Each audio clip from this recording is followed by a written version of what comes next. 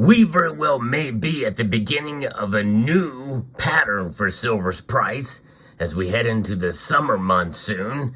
And this is the time that we must have diamond hands and hold on strong to our silver.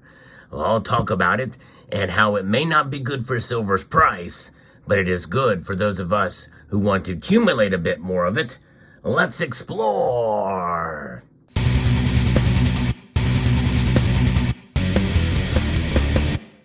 I am including myself in that group of people, even though I've not been stacking as much silver lately. I am still adding some, like this recent bag of silver dimes. Yep, that's right. I like to get a dime bag every now and then. Well, the prices as I record this video for silver are down. Now, by the time you see this video, they could have started to rebound a bit. But I really strongly feel that we are at the beginning of a new summer doldrums for silver's price. Now, what does that mean? Well, I'll expand upon that based off of looking at some charts. I believe that likely we're going to see prices stay rather subdued, to put it mildly, for the summer. Unless something big happens, and that is quite a possibility, then we very well could see silver's price move radically in one direction or another. But I think for the most part, we are going to see a rather boring summer for silver. Now, what does that mean? Well, I believe that we're going to see probably a little higher support level than we've seen in the previous year, which is good. Most people think that's obvious. I mean, we did get as high as $29.90. I remember it well, not too long ago. And now here we are. As I record this video, we are under 27 and not too far above $26. Some people feel that the $26 mark is the new support for silver. Really, it's only been since last May that we saw it reach to that point, and almost briefly towards the end of last year.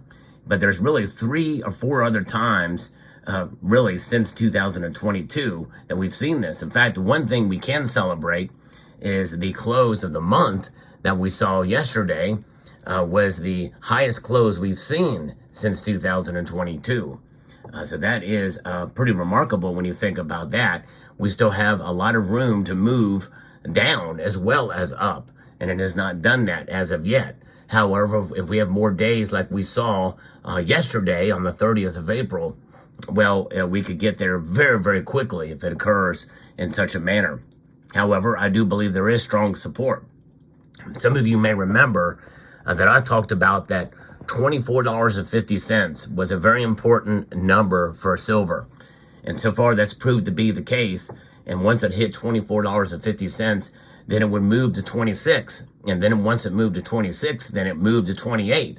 All of that did occur, which means that there is support at 26, I believe, and maybe even 26 and change, and at $24.50. So there is a possibility that we could see silver's price move back down there based off of recent pattern analysis with how silver has been fluctuating in price over the last year, really.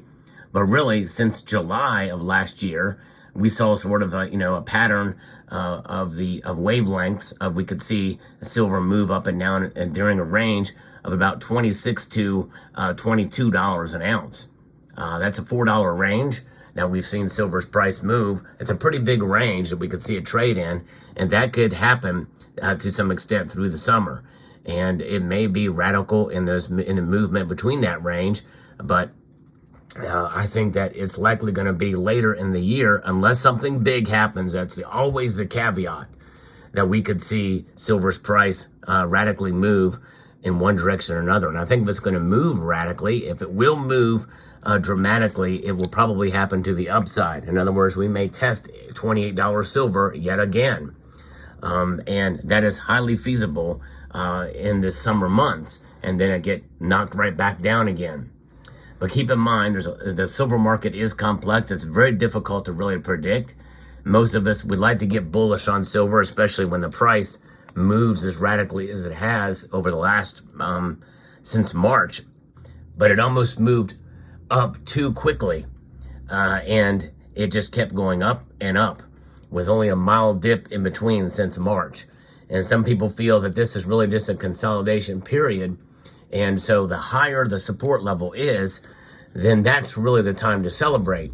So if we do see silver stick around in the low 26s and it stays like that through the summer, folks, that is a massive victory. And even though it may not be good news because we're used to seeing $27, $28 silver, think about how quickly it moved up to those numbers and where we are at now and where it could be through the summer. Now, notwithstanding, that massive move up definitely can be reversed and break through that support. That is a possibility. And if it is, then that's an opportunity, if you're a buyer of silver, to stack a little bit more.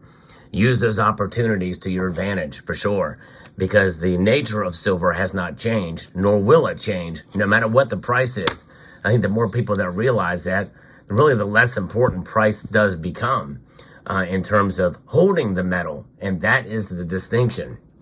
That is what I'm trying to focus on this year and impress upon you, my audience, is that silver is more than just a price. The physical properties of the metal, the fact that it is wealth outside of the system is invaluable. And you don't take a loss until you actually do sell. So yes, price is important, but we are going to continue to see inflation pressures, which will in turn put pressure on silver's price as a commodity and also as a monetary metal as well too, because silver does not pay dividends, just as gold doesn't pay dividends. And so therefore, holding the metal is something that is able to give you some savings and insurance policy outside of the system from which we find ourselves apart. And when will that pay off for you is when you buy it when the prices are low, like they possibly could be through the summer. Then you hold on to your silver, and when the price goes up, well, you've already made your dividends, so to speak, on the silver. In that sense, it is paying dividends on the spot price increase. But of course, you have to subtract the premiums you paid for it as well, too. And even then, I would not sell it during those times. You want to hold on to your silver as much as possible, save for extraneous circumstances where you may need to sell it for emergencies, or you want to sell it based off of an opportunity that arises that it gives you the capital you need at the time. So there's a lot of different factors you have to keep into account when you hold on to your silver and when you buy silver. And what you must understand is the price will fluctuate. There's no question. Because remember what I said, I think we're going to see as much as a $4 spread throughout the summer. And I think that as we prepare for that, then I think we're going to be much better off and keeping our expectations mild on silver. And if it shoots up, well, it's a pleasant surprise because you bought it during that spread of $4 through the summer. Now, what's going to happen after the summer? I think that things are going to heat up with the election. We could also see heightened geopolitical tensions and domestic tensions here as well. There's a lot going on that could have a role in the price of silver moving up. And yes, some of that stuff could happen in the summer, but I think it will probably heat up more as the election draws near. And I think that's going to have an effect on the market. And I think that more likely gold and silver prices will rise. And who knows what kind of announcements we may see coming out of other countries, such as the BRICS and any kind of summit they may have and a kind of meeting they may have and what they could announce that could have an impact.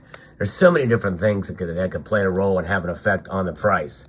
So we'll just continue to watch it and see what happens. Now, keep in mind, as unpredictable as silver prices are, even if they rebound by the time you see this video, it does not mean that we won't see some sort of summer doldrums. I do believe we will at some point in some time to where we probably are not going to see $30 silver for a while. People were salivating over that, pun intended, but that is something that is far enough down the pike that I think that we can, I would be shocked and surprised if we saw that price before September, to be honest. But things could happen that could surprise us all. I honestly didn't think we'd see $29 silver this year at this point, or when we did, but we did. It had occurred. So everything is up in the air. I'm just somebody who has an opinion. I like to think that my opinion is based off somewhat of the research I've done. But the most researched among us can make wrong decisions and wrong predictions, and I certainly have and will continue to do so. So which is why that whenever you make a decision to buy or sell, you should do it based off of your own understanding, taking into account mine and others' viewpoints on it, but also just your own research. Take everything that I say just as it is, as just an opinion is all.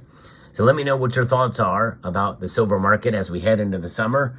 I think we're going to see quite an interesting time, and it could be a very boring time for silver.